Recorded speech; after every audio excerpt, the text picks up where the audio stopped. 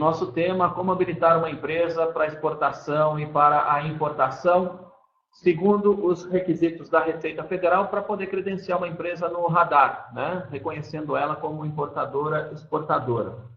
Então, o objetivo é, nesse momento, né, nessa hora, conversar com vocês sobre esse tema e aí acolher as dúvidas, enfim, para que a gente possa conversar um pouquinho e esclarecer alguma questão que vocês possam ter aí acerca do assunto. Perfeito?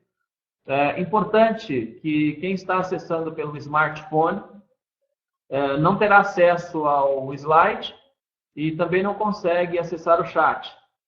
Porém, a Abracomex disponibiliza um canal de e-mail, aulainaugural@abracomex.org, e posteriormente vocês poderão pedir essa aula, né, o link, enfim, assistir a aula, trazer as dúvidas e sugestões e fazer as perguntas através do aulainaugural@abracomex.org, enfim, ter acesso às informações aí dessa nossa aula inaugural. Perfeito? Sou o professor Marco Antônio Silva, sou coordenador de curso da Abracomex, além de professor também. Coordeno os cursos de despachante aduaneiro e de analista de comércio exterior. Já é uma parceria que dura já há algum tempo e eventualmente desenvolvo aí as aulas também, essas aulas inaugurais. Destacamos esse tema, como habilitar uma empresa, né, de exportação e importação no radar. E por que escolhemos esse tema, né? Não foi por acaso. O fato é que muitos estudantes que saem das salas de aula formados como analistas de comércio exterior, através dos cursos, aí, principalmente da Abracomex ou como despachante, inevitavelmente ele assume um papel de consultor, né? Acaba que as empresas, quando o contrata, espera uma consultoria, enfim, uma orientação para as atividades da empresa, tanto na importação quanto na exportação. E o radar é uma das formas de gerar rentabilidade. Então, muitos profissionais nessa área de comércio exterior acabam achando, entre outros temas, obviamente, o tema radar como uma forma de poder gerar negócios, oferecendo assessoria, oferecendo o trabalho de credenciamento para as empresas que querem fazer importação e exportação. Então, é uma maneira muito boa de explorar mercado, né, fazendo a gestão do seu próprio negócio. Enfim, empresas, os valores, logicamente, de assessoria mudam de lugar para lugar, mas, em média, penso que perto de R$ 2.500, talvez um pouquinho menos aí, seja um valor de assessoria para que um consultor, um analista de comércio exterior ou mesmo um despachante que tenha o conhecimento desse trâmite ofereça como serviço para as empresas que o contratarem. Então, é uma forma de explorar mesmo e tirar aí alguma rentabilidade voltada para essa área.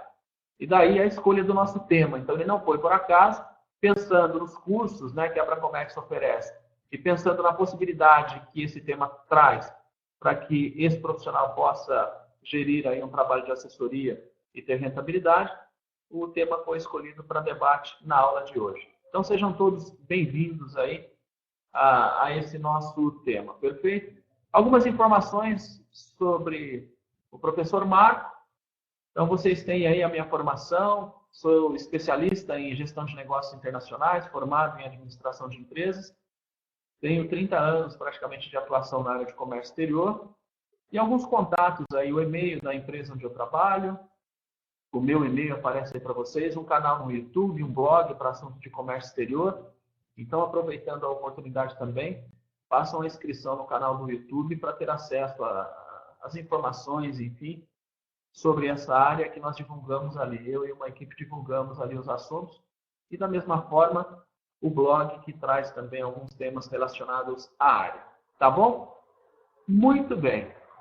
Eu vou conduzindo aqui os trabalhos, vou desenvolvendo aqui a nossa fala e vou tentar responder as perguntas aí de vocês à medida em que vocês a fizerem, né? Eu vou tentar responder a todas, né, dentro do possível. Acho bacana, de repente, a gente avançar um pouco no assunto e a partir daí dar um tempinho, uns minutinhos para vocês fazerem a pergunta, mas vão me interrompendo. Fiquem muito à vontade para poder me interromper, tá bom? Quando nós falamos sobre radar, né, o que efetivamente isso representa, E vamos pensar de uma linguagem muito prática e objetiva, né? Imagina uma empresa querendo fazer operações com o exterior, comércio exterior, importação e exportação. A complexidade que não são essas operações, né? O quanto é difícil, o quanto é diferente o mercado doméstico com o mercado internacional. Então, as empresas precisam estar preparadas para desenvolver esses processos, né, de comércio exterior. E, da mesma forma, o órgão controlador, o governo, enfim, através das suas instruções normativas e através do seu critério de controle dessas operações, tem também a preocupação de saber quem são essas empresas que vão fazer importação e exportação. Se essas empresas dão conta de representar bem o nome do Brasil, se são empresas firmes no mercado, se tem capacidade financeira para assumir riscos no exterior. Então, o radar ele tem, né, o objetivo de validar isso, de colocar no mercado, habilitar no mercado empresas que efetivamente consigam responder aos riscos e principalmente à gestão financeira e tributária dos processos de importação e de exportação. Então, nosso objetivo aqui nessa conversa, né, e o nosso tempo previsto aí é de 1 hora, é de orientar a vocês sobre os procedimentos para habilitar as empresas justamente na Receita, para que a Receita, através do radar, a habilitação no radar, reconheça essa empresa como uma empresa séria e que possa responder às responsabilidades que o comércio internacional exige. E também é uma forma de vocês aproveitarem isso para desenvolver uma assessoria, talvez no futuro, aí, desenvolvendo um negócio próprio para vocês. Temos aí a habilitação no radar, né, que é o credenciamento efetivamente da empresa como importadora e exportadora. E talvez alguns de vocês, se não todos aí, já ouviu falar sobre o Siscomex, né?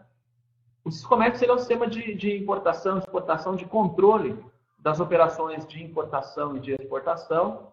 É o sistema integrado de comércio exterior que iniciou o seu processo de implantação e desenvolvimento ainda na década de 90. O governo, juntamente com o SER, o Banco Central, o Banco do Brasil, enfim, iniciou um processo de automação do controle das atividades de comércio exterior, isso lá no passado, na década de 90, e hoje ele funciona muito bem controlando essas operações de registro de declaração, de importação, de registro de exportação, os REs, e esses sistemas se comunicam, né? Então, uma empresa habilitada no radar, o que ela faz efetivamente quando contrata o seu despachante aduaneiro, aquele profissional que vai fazer a representação dela na alfândega para o processo de liberação? Justamente o credencia no Siscomex, o registra, o cadastro no Siscomex para que esse despachante, ao acessar o Siscomex, tenha acesso ao registro de DI, de REs, de licenças de importação, enfim, de todo o trâmite para desembaraço das mercadorias. Então, são sistemas que se comunicam um com o outro, perfeito? E fazem parte da rotina diária dos profissionais de comércio internacional. Então, aí é só para poder situar vocês em relação a radar e Siscomex, a maneira com que eles se conversam. Perfeito? Muito bem. A habilitação do radar, ela está fundamentada em legislação.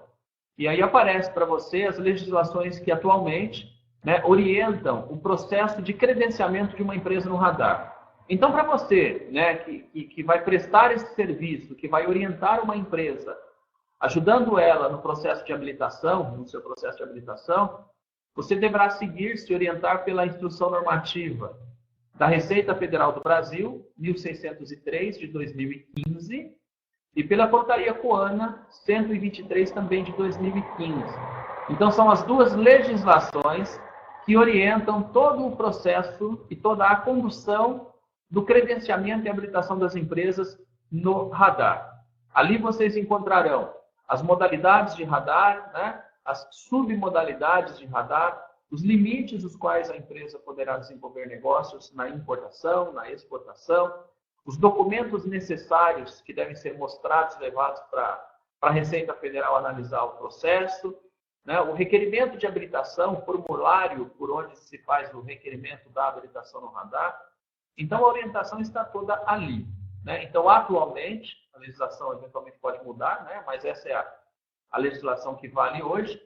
Vocês, se forem conduzir um processo desse, deverão buscar orientação nessas legislações, tanto a Instrução Normativa da Receita, quanto na Portaria Coana 123. Perfeito? Deixa eu ver aqui, o Leonardo faz uma colocação que a importância do radar é direcionada principalmente aos profissionais de despachante aduaneiro e analistas de comércio, né? Sim, é importante essa informação. O Leonardo aí coloca à disposição de vocês também alguns contatos da Abracomex a respeito do quanto isso se vincula com essa atividade, o quanto vocês podem aproveitar isso no mercado. Muito bem. Algumas coisas nós trouxemos ali da legislação, né? Lógico que o nosso tempo aqui é curtinho, ainda tem as perguntas de vocês. Então, pincelamos ali aquilo que efetivamente julgamos ser mais importante e que seja ponto de uma discussão bacana e que possa agregar o conhecimento. Então, dentro do que tem na legislação e dentro dos procedimentos estabelecidos pela Receita, né, nós temos duas modalidades de radar, né, o radar pessoa física e o radar pessoa jurídica. Então, nós vamos trabalhar em cima do radar pessoa jurídica, habilitando as empresas, pessoas jurídicas, a fazer importação e exportação. E dentro da modalidade pessoa jurídica, nós temos algumas submodalidades, né? Uma delas já aparece aí para você, que é a submodalidade expressa, né? Essa submodalidade, ela estabelece que uma empresa, uma vez habilitada e enquadrada dessa maneira, poderá fazer importações de até 50 mil dólares por semestre. Então, veja, a Receita Federal, com base na análise que ela fez dessa empresa quando requereu o pedido, ela estabelece um limite de compra na importação semestral. Então, a possibilidade de desenvolver negócios aí para quem está cadastrado como radar expresso é efetivamente negociar apenas 50 mil dólares por semestre. O que significa dizer, por exemplo, para que você entenda bem isso, que se num período de 6 meses, no mês 1, uma empresa, por exemplo, importar 25 mil dólares, no mês 2 importar mais 25 mil dólares, só aí ela já consumiu o limite dela no semestre. Então, os 25 mil do mês 1 voltará para ela no mês 7 e os 25 mil no mês 2 voltará para ela no mês 8. Então, veja, sempre semestralmente o saldo volta para que ela possa atuar de novo. Se acontecer de no mês 3 essa empresa fizer uma nova importação que seja de 1.000 dólares, não importa o valor, ela não conseguirá, né, o despachante não conseguirá registrar DI no Siscomex e o Siscomex vai dar uma mensagem de trava dizendo que não há limite disponível por conta do radar. Então, há que se ter um controle, né, das compras para que isso não aconteça e a empresa seja penalizada, travando mercadorias na alfândega, pagando altos custos de armazenagem, talvez, e ainda correndo o risco de que a mercadoria seja levada à pena de perdimento. Com relação às exportações, né, a submodalidade expressa, ela estabelece limite para compra, mas as exportações estão liberadas. Então, a empresa poderá exportar os seus valores de exportação sem aí uma trava em relação ao radar, perfeito? Então, é muito importante fazer esse controle. Então, esta é uma das submodalidades. As importações, vejam só, para efeito de controle de saldo de radar, são consideradas importações na condição de compra CIF, perfeito? O que significa isso, né, para quem não entende?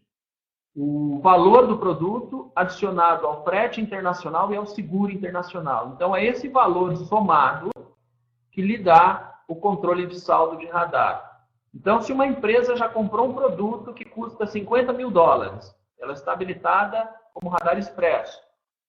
O frete vai custar mais 1.000, o seguro mais uns 500 dólares, ela já vai ultrapassar o seu limite. Então, veja que é 50 mil dólares na condição CIF, custo, seguro e frete juntos.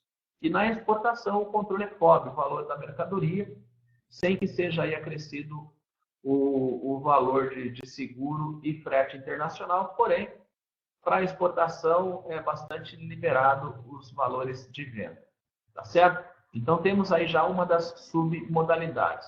Daqui a pouquinho eu falo do critério de análise, como é que a Receita chega nessa conclusão de estabelecer os limites aí para as empresas. Perfeito? Muito que bem. O que nós temos aqui? Ó? Radar submodalidade limitada. Perceba que aparece aí para você 150 mil dólares. Então, existe uma submodalidade que, com base no critério de análise da Receita Federal, se a empresa comprovar uma capacidade financeira acima de 50 mil dólares, ela poderá fazer importações de até 150 mil dólares por semestre, sendo as exportações, de novo, sem limite, exportações estão liberadas.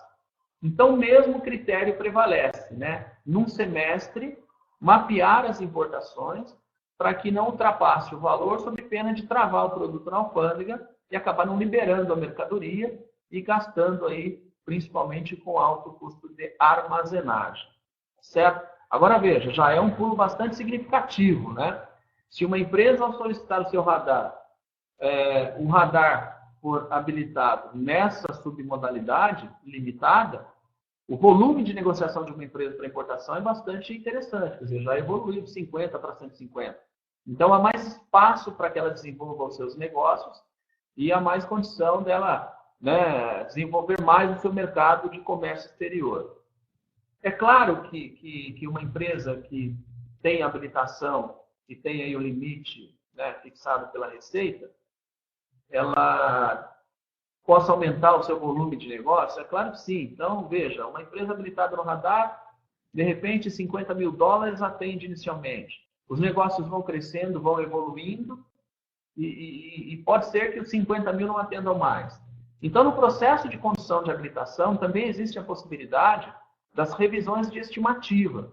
Sempre que uma empresa, né, que tem um radar e tem ali um limite estabelecido, evolui do ponto de vista de desenvolvimento de negócios com o exterior, ela poderá, a qualquer tempo, desde que comprove capacidade financeira para isso, solicitar à Receita que faça, então, uma revisão do seu limite e aí ela consiga, se aprovada a revisão, estabelecer novos negócios, aumentar o limite e o volume de negociação que ela venha fazendo no comércio internacional. Então, a qualquer tempo, é possível se fazer isso.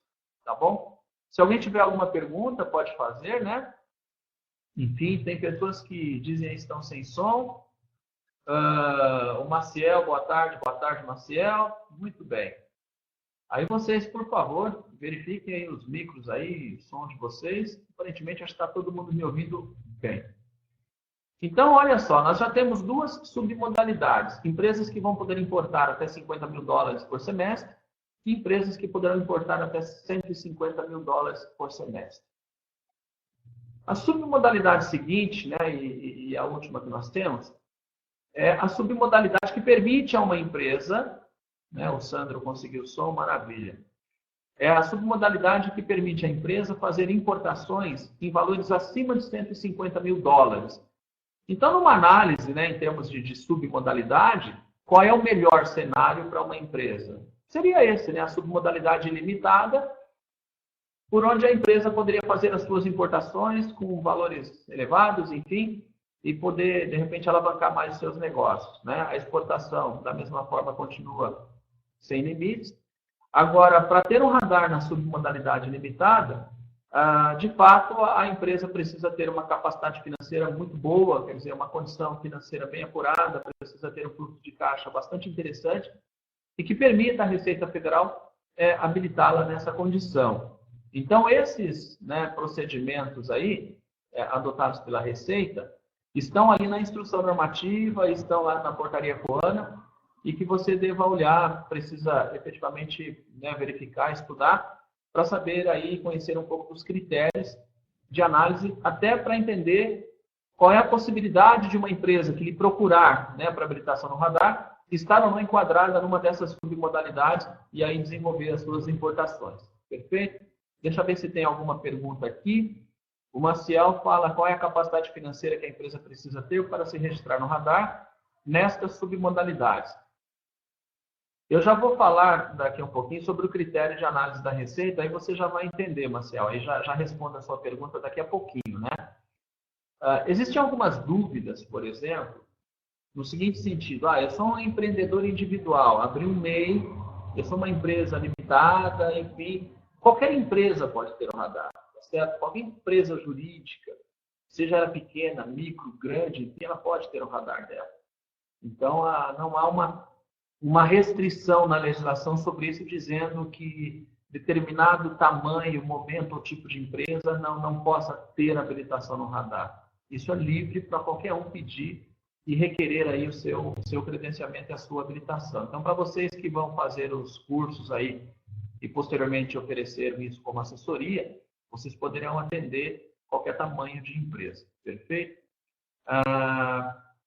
Aqui me pergunta o Dinho pergunta se a Receita Federal analisa o capital social da empresa. Um dos critérios, Dinho, é o capital social da empresa, tá certo? Um dos critérios de análise é isso. Então, imagina o seguinte, vamos dar um exemplo aqui. Eu abro uma empresa, eu marco, microempreendedor, enfim, uma empresa limitada com capital social de R$20 mil. Dificilmente, ou aliás, não tem a mínima possibilidade da Receita Federal me dar um radar na submodalidade ilimitada, dizendo que eu posso comprar 200, 300 mil dólares de importação.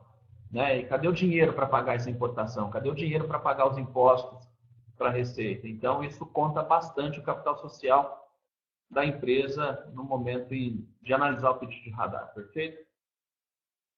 A Amanda pergunta se pessoa física também pode ter habilitação no radar. Também pode, Amanda, mas o que diferencia, né, da pessoa jurídica são os procedimentos, os documentos que são apresentados ali são mais simples, são outros documentos, são os documentos da pessoa física. E o radar da pessoa física tem por objetivo, né, possibilitar a compra para uso próprio.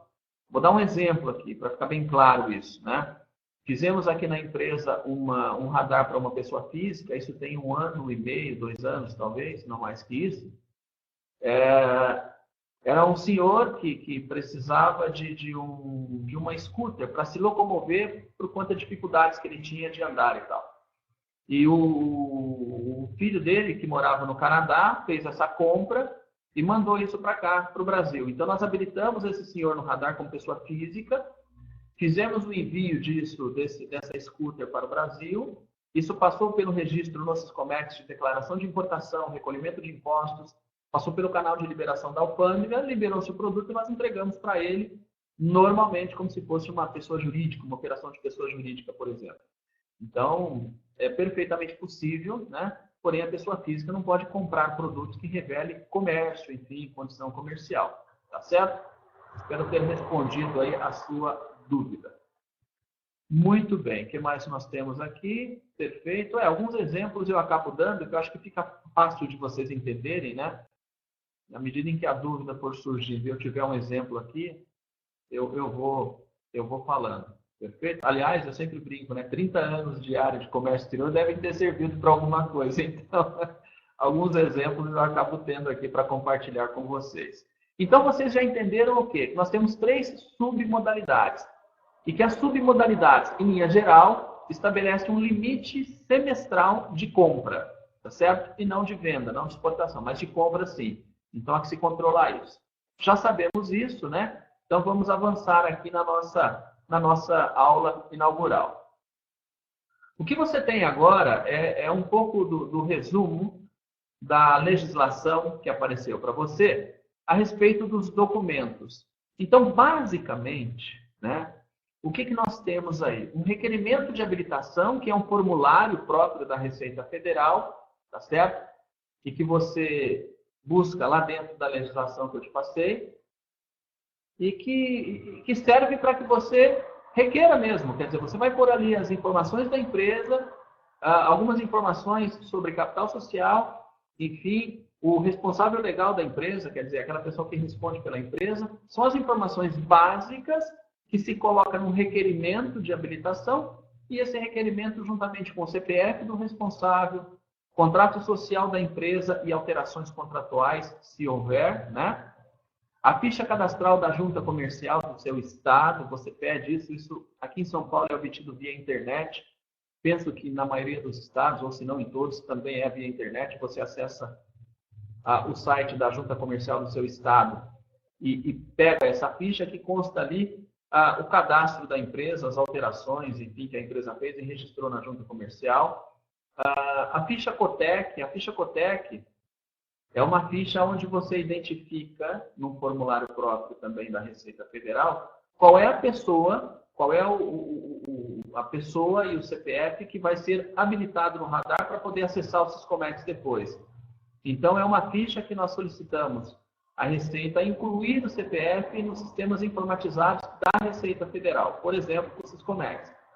Então, nós temos um requerimento de habilitação, que é o formulário próprio da Receita, onde eu requeiro o pedido de radar, e temos aí a ficha de habilitação do Siscomex, onde eu vou identificar o responsável legal da empresa, o seu CPF, e que depois o analista da Receita inclui o CPF lá no Siscomex. Perfeito?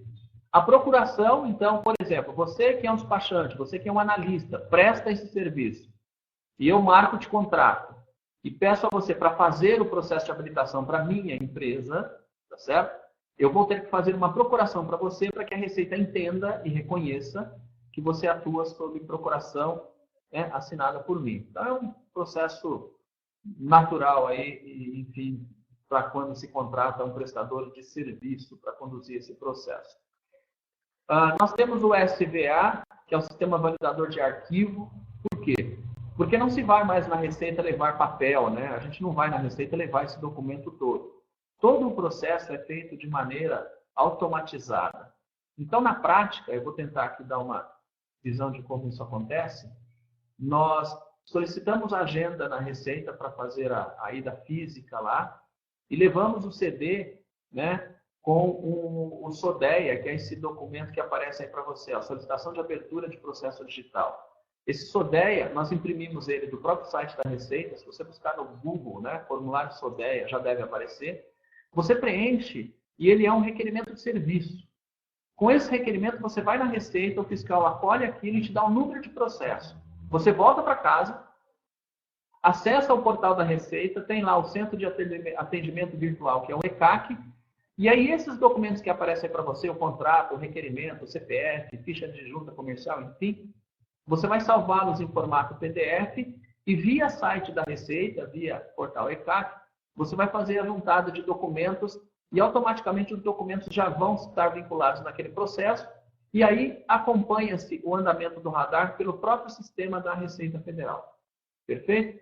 Então, esse SVA é um sistema validador aí do programa para poder fazer o envio desses documentos para poder o fiscal da Receita analisar o radar.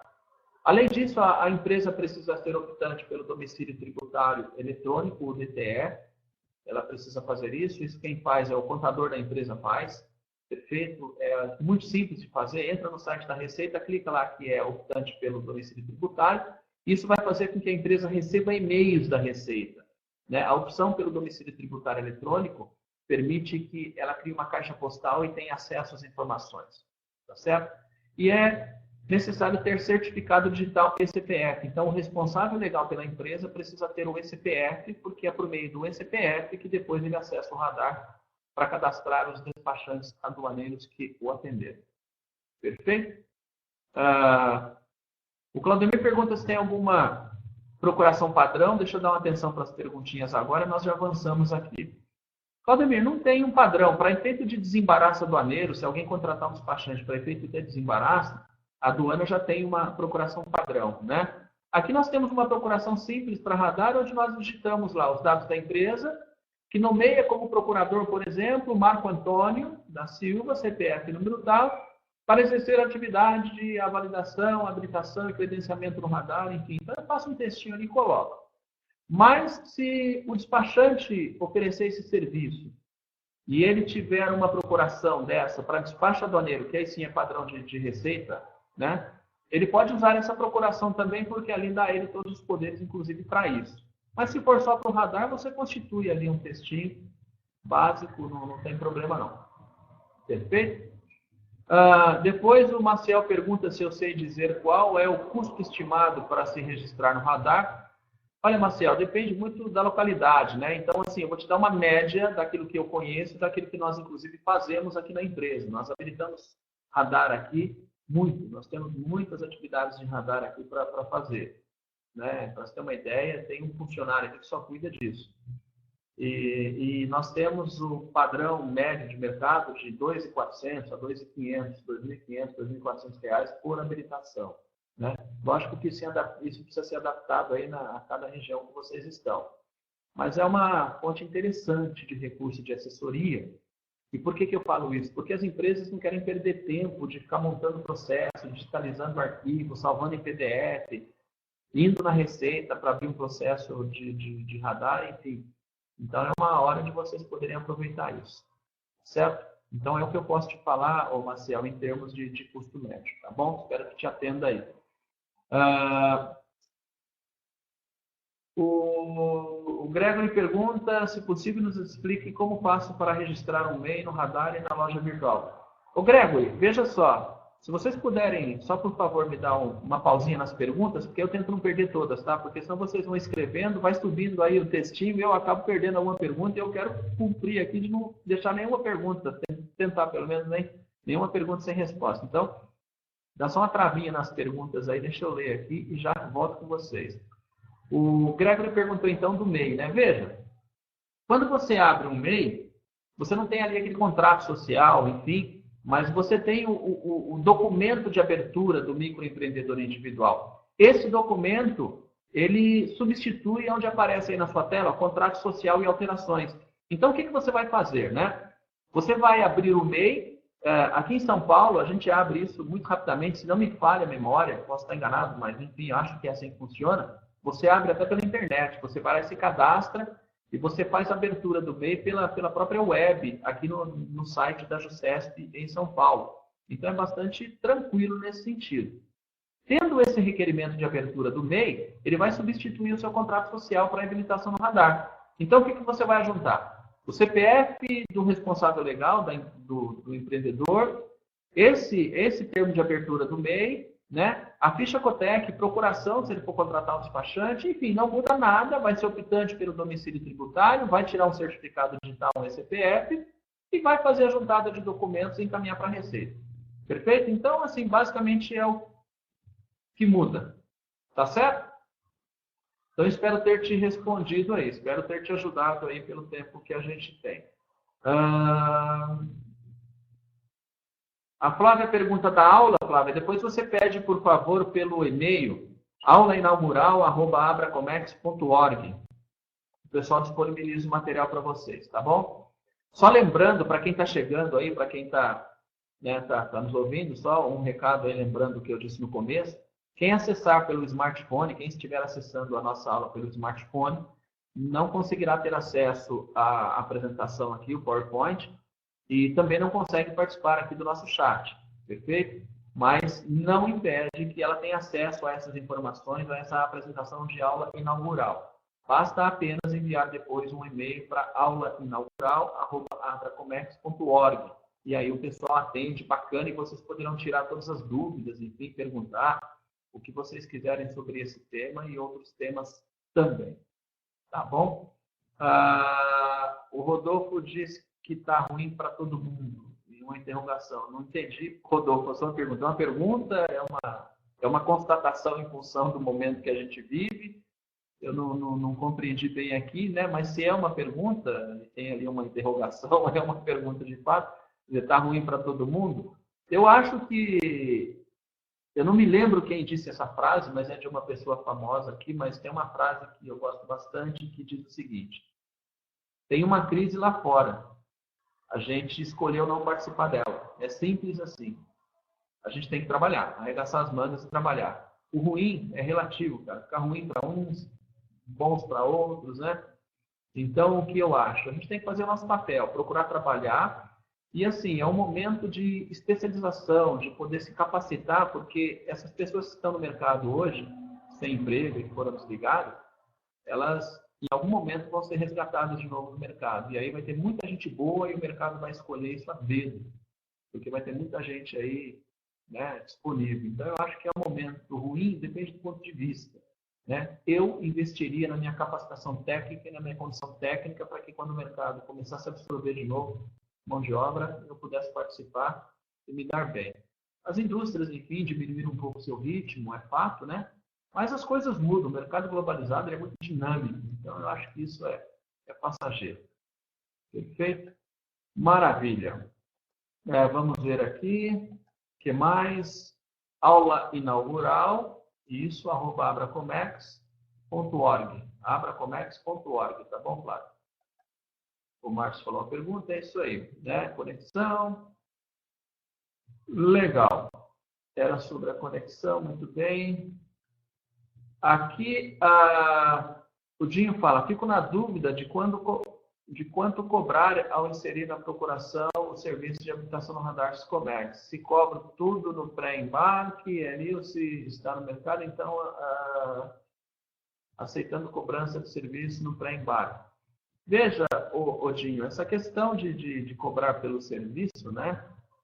Eu acho que depende do que você está fazendo. Imagine que a empresa nova, ela vai pedir habilitação para você. Então, ela não tem pré-embarque ou pós-embarque ainda. Ela tem ainda um processo de arranjo organizacional que precisa ser concluído, que é o cadastro dela no radar. Posterior a isso, é que ela efetivamente vai fechar nos seus negócios de importação. Então, como eu enxergo isso? Uma proposta à parte, né? Não vinculada a nada, nem de pré-embarque, nem de pós-embarque. Uma proposta de serviço que, se aceita, você fará o serviço. Obviamente que depois que a empresa começar a importar e exportar, você, como assessoria ou como despachante, enfim, não sei qual seria a sua função aí, vai cobrar por processo que ela fizer. Perfeito? Então, penso que seja assim, né? A Flávia perguntou do valor mais ou menos, eu já falei, né?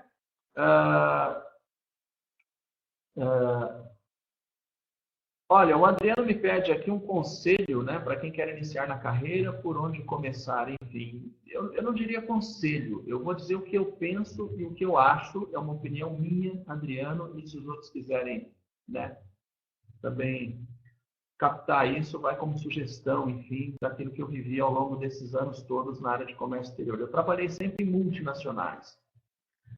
Já fui diretor de empresas multinacionais, já fui gerente de multinacionais.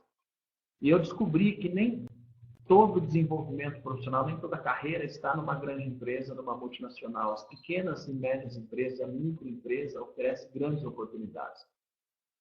Então, como é que eu vejo? Né? Eu vejo que talvez iniciar na área, numa empresa menor, seja uma boa alternativa. E como eu também vejo, iniciar na área, na prestação de serviço, ao invés de ir para uma indústria, que vai te condicionar a fazer o mesmo servicinho a vida inteira, aquela batidinha, né? Talvez isso tire de você a possibilidade de evoluir do ponto de vista de conhecimento e capacitação técnica.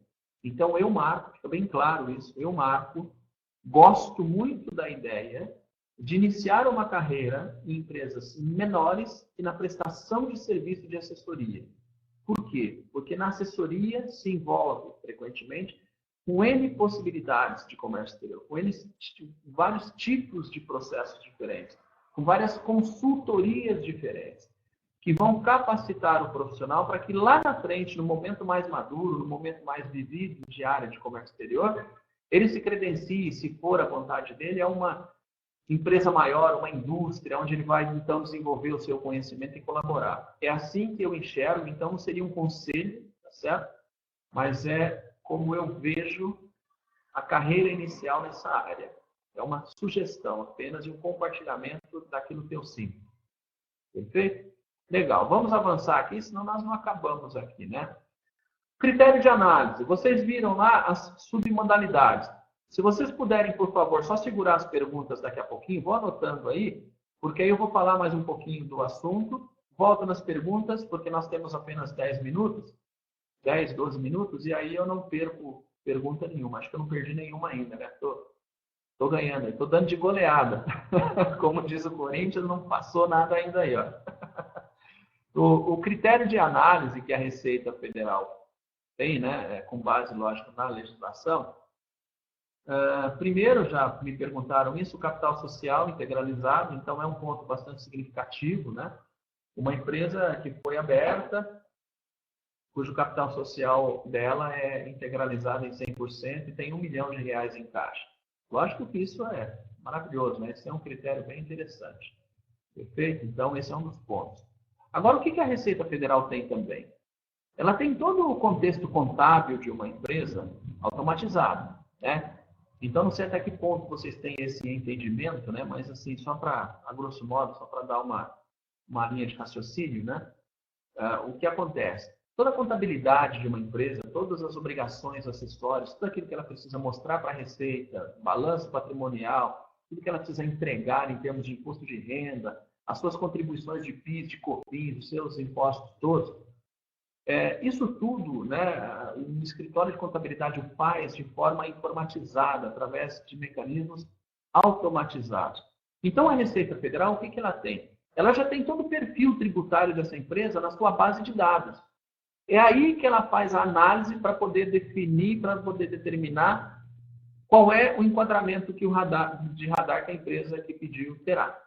Então, veja, as contribuições de uma empresa, o quanto ela contribui em impostos, né, PIS e COFINS e tantos outros aí, para a Receita, a média dessas contribuições é que vai determinar a submodalidade de radar que ela terá.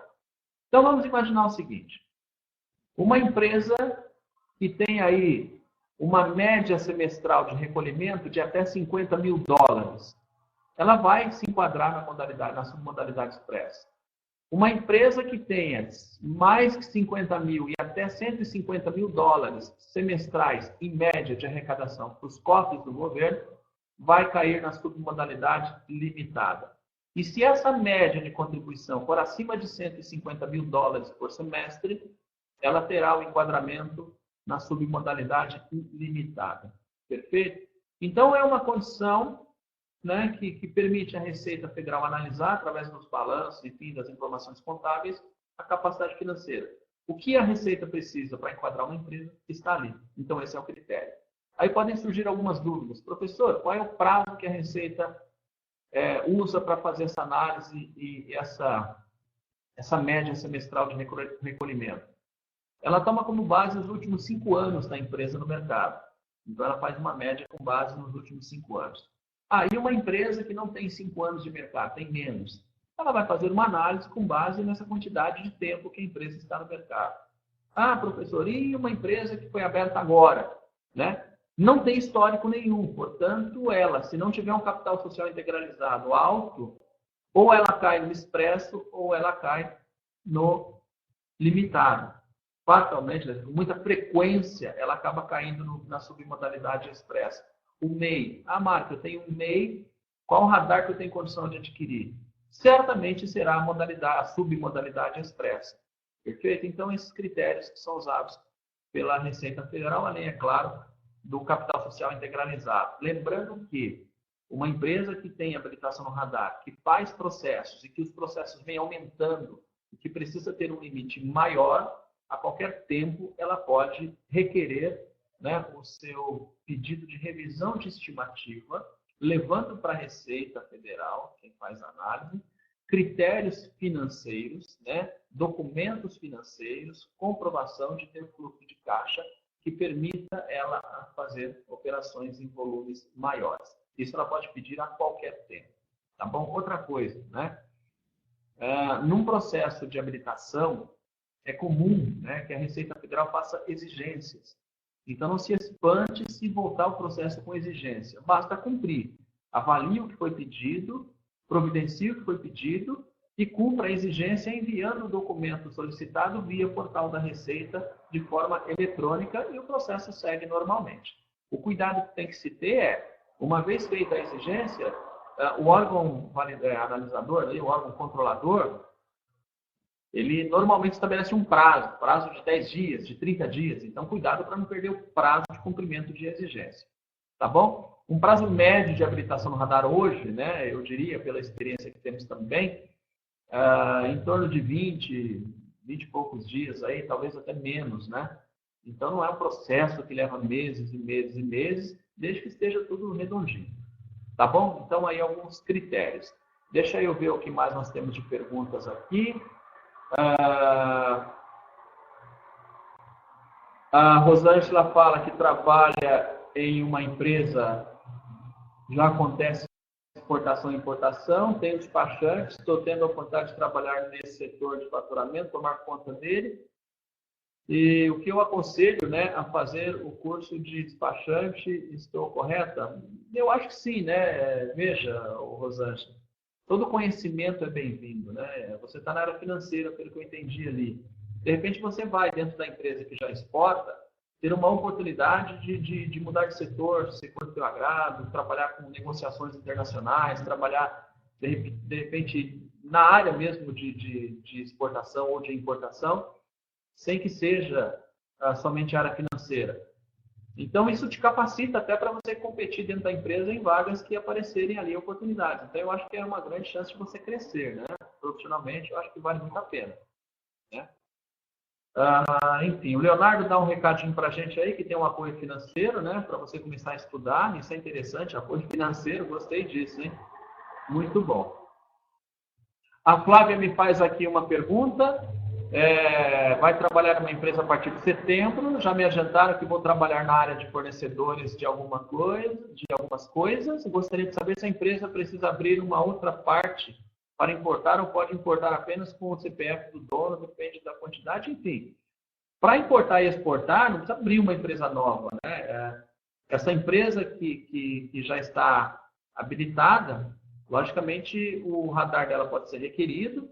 Precisa olhar o contrato social, se prevê as atividades de importação e exportação no objeto social da empresa. Precisa ter essa atividade. E aí, lógico que você vai requerer com o CPF, enfim, do dono da empresa. Vai seguir o radar normalmente. Perfeito? Deixa eu avançar aqui no nosso material. O processo de radar, eu já disse isso antes, né? Só retransmitindo aqui. É um processo digital no portal da própria Receita Federal, no Centro de Atendimento Virtual ECAC. Se você buscar no Google, Centro de Atendimento Virtual ECAC, você já vai ter o link. É por ali que nós enviamos, enfim, consultamos o andamento de radar. É todo ele eletrônico hoje. Aqui as etapas de processo, que de alguma forma também a gente já comentou ali atrás. Agendar a ida na Receita, protocolar o processo através daquele SODEA, que é o documento onde nós pedimos para a Receita Federal abrir um processo de radar. Volto para casa, acesso o sistema da Receita e faço a juntada de documentos via eletrônico. Perfeito? Segunda etapa do processo. Enviar os documentos por meio da solicitação de juntada de documentos e o download desse programa para juntar documento e mandar está no portal da própria Receita Federal do Brasil. E a terceira etapa é justamente, acompanhar o processo e atender exigências se elas acontecerem, tá certo? Então, sempre fazer o acompanhamento. Muito bem, deixa eu ver o que mais temos aqui de perguntas, né? O nosso tempo está aí por encerrar, temos 4 minutinhos. Mas vi aqui, o Jim pergunta, o MEI precisa cadastrar no radar ou posso fazer só pelos correios, com porta-fácil? Se essa for uma opção sua, Jim, você pode fazer, tá? Não tem problema nenhum. Uma questão bacana nessa área de comércio exterior é justamente algumas facilidades que o governo coloca para a gente. Então, o correio ele está preparado para atender pequenos envios, pequenas encomendas, pequenas compras, através desse serviço de importa fácil e do exporta fácil. Se financeiramente isso lhe convém como MEI, se atende à sua estratégia de comércio exterior, ao seu planejamento, enfim, se o seu business plan contempla esse trabalho, se os custos estão adequados e você tem mercado, toca o barco, né? Não tem problema. Isso é uma decisão sua para poder, enfim, tocar os seus negócios aí, perfeito? Aí ele pergunta, para pequenos valores de importação, como R$5.000, preciso me habilitar no radar, sendo MEI? Se você fizer, qualquer pessoa jurídica que queira fazer uma importação formal, entrando na aduana brasileira, registrando declaração de importação no Siscomex, precisará ter o radar, precisará constituir um despachante como representante legal para que o processo aconteça. Perfeito? Então, não importa o valor, pode ser de $100, Pode ser de $100. Se a opção for importação formal, ela vai ter que ter o radar, tá bom? Fala aqui que segundo... fugiu aqui, peraí um pouquinho. A Débora, acho que é Débora. Isso, Débora. Boa tarde. Eu vou dizer que, segundo a instrução normativa 1603, pequenas empresas podem fazer habilitação expressa independente do valor ser investido. Poderia abordar esse assunto, professor? Obrigada.